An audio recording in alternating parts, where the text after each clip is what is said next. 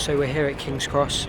It's a little bit noisy, but hopefully the background noise won't interrupt too much. It's absolutely boiling day, but we're going to go on a quick historical photo walk around the King's Cross area and look at the sort of radical and music history of this entire location. It's a place that is rapidly changing. I mean, that is what's wonderful about London, but we should remember what these places were like before they change. And we should have that connection with our past. Luxury flats popping up all over the place and very little done to cater for the people who lived here originally. But anyway, hopefully this will be an interesting tour looking at some of the radical history behind King's Cross. Okay, so the history of King's Cross dates back a long way, but the whole area is rooted with industrial history. It was actually known as Battle Bridge before it became King's Cross, but with the coronation of King George IV, it was then named in his honour King's Cross. So, as you notice, this area has lots of train stations associated with it, right along the Euston Road, which sort of runs down sort of just south of the main King's Cross bit. Parliament passed bills not allowing train stations inside the City of London and to try and maintain the sort of clean air. Anyway, this area became sort of hugely industrial, and during the Victorian age it became famous for its sort of dust heaps, where there were sort of heaps of ground down bones, bits of coal and bits of soot, an industrial area and a bit poor. But it links to our sort of radical history, because through the ages people are attracted to the sort of poorer areas because of the cheap rents. Artists ended up moving here. You have different radicals, a strong music scene, and also it's central in sort of LGBTQ history as well. So anyway, let's get a move on. Let's take ourselves on a tour.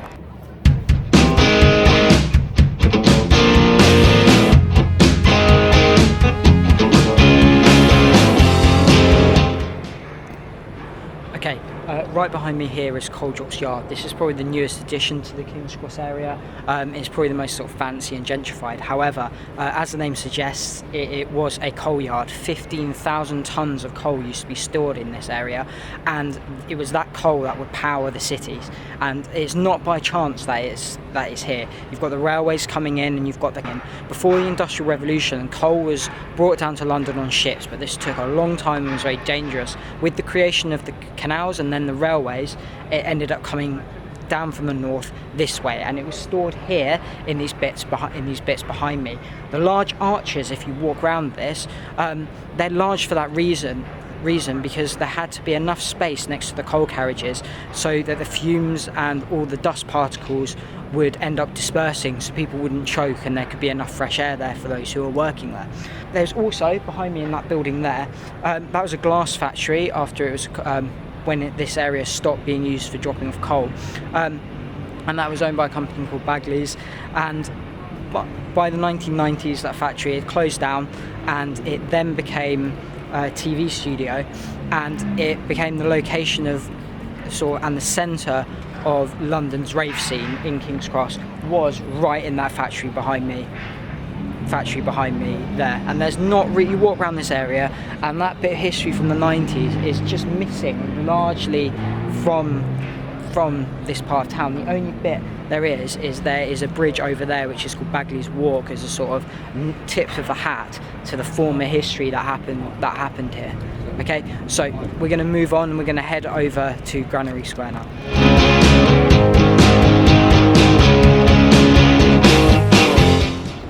So we are now in Granary Square. Behind me is Central St Martin's Uni, but as the name suggests, Granary Square was used to store loads of the grain that used to come down from Lincolnshire, that was then used to spread around the different bakeries in London to produce bread to feed the city. So really, this entire area used to be what fed and powered the city. We've got the coal powering the city, we've got the bread feeding the city.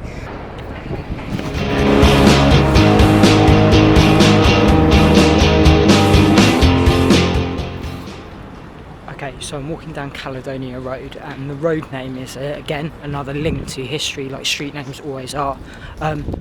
So it's a reference to the Scottish navvies and railway workers who worked on the canals and the railways during the Industrial Revolution. Many of them settled along this road, hence why it's called Caledonia Road.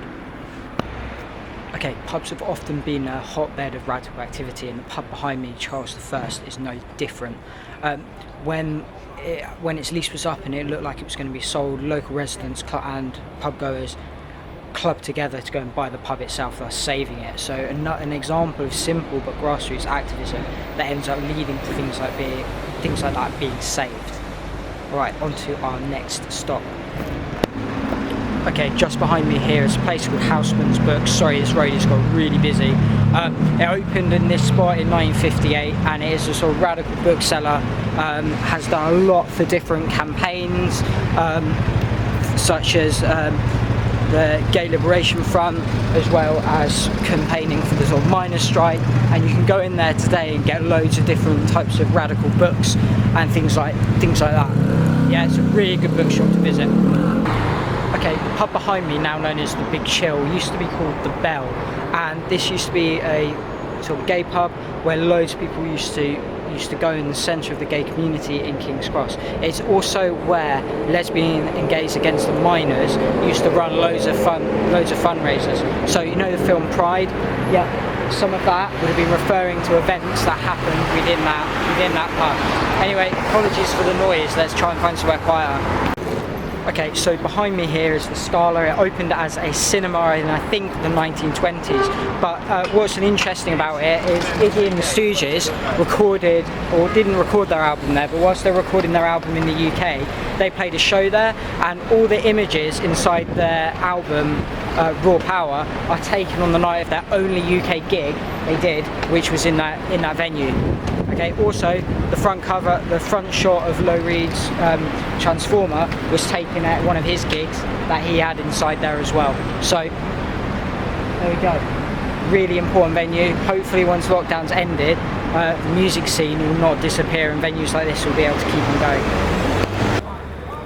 Okay, behind me is a pub called the Water Rats. They proclaim that it's where Bob Dylan had his first gig in the UK, in that pub, but that's a claim that people fight that it's hard to prove if that's true, because they also claim that both Lennon and Karl Marx used to drink in there, which is probably true that they did, because Lennon lived round the corner when he was in London, and Marx used the British Library to write Des Capita, so the likelihood was that they were drinking there. And Bob Dylan did play there, and I think it was just before he released Freewheeling by Bob Dylan, so whoever was in that gig heard sort of like the early workings of some of his greatest songs.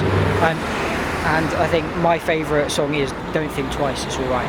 Anyway, let's continue walking. We are now walking down Argyle Street and down to sort of Argyle Square. And this area was part of London's red light district once upon a time. There were lots of hotels, lots of people only staying for sort of one night or a few hours in them. Today, obviously the hotels have remained, but they're mainly aimed at tourists. And obviously this area with lots of hotels is again linked to where the railway terminus is. Anyway, let's keep on going.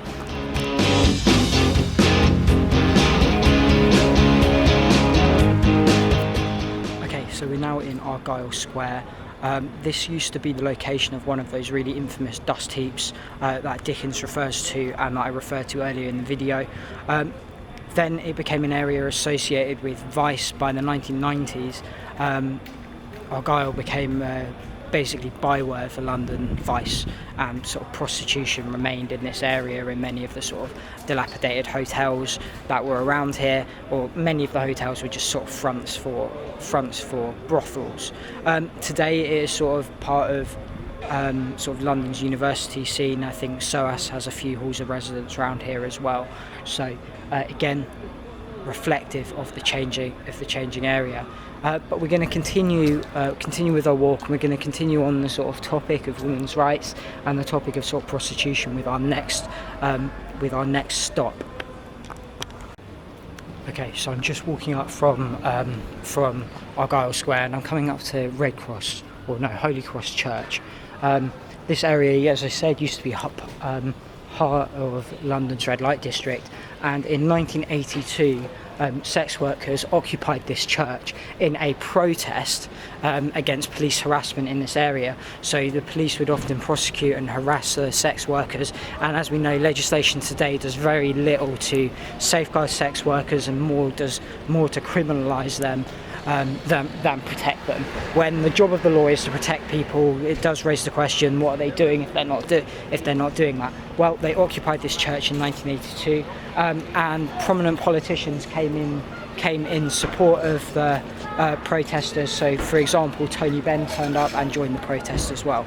Anyway, we're nearing the end of our walk. We're going to head back down along the Euston Road, check out another radical occupation of the town hall, and look at an old music venue too.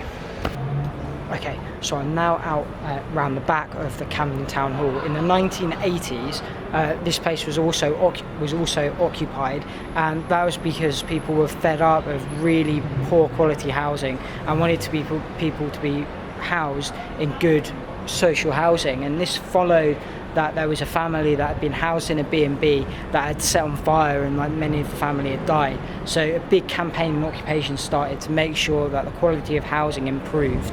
Well, anyway, moving on to our final stop, we're going to sort of finish on 2 stops which are a little bit more positive. Okay, so finally, this building behind us used to be the Euston Palace of Variety. So it then ended up becoming a cinema, a bingo hall. Then it ended up being bought by the local council and knocked down, and is now sort of offices, I think, for the town, as a sort of extension for the town hall. But music hall was the most sort of popular form of entertainment at the turn of the century. It's basically the pop music of its day. The stars would become the rock stars of their era, and it was entertainment for the masses.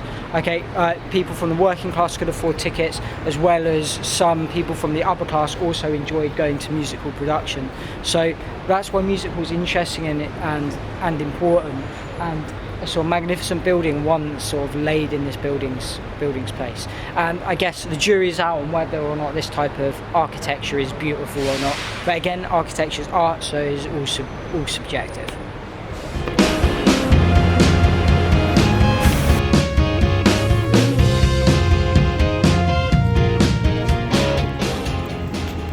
I hope you've enjoyed today's tour of King's Cross, looking at its history. Thanks so much for watching. If you have enjoyed it, please give me a like and give me a subscribe. Also, if you want more historical facts about London's music history and radical history, also give me a follow on Instagram. Alright, enjoy the rest of your day. I'm going to go and try and cool down somehow. Right, thank you. See ya.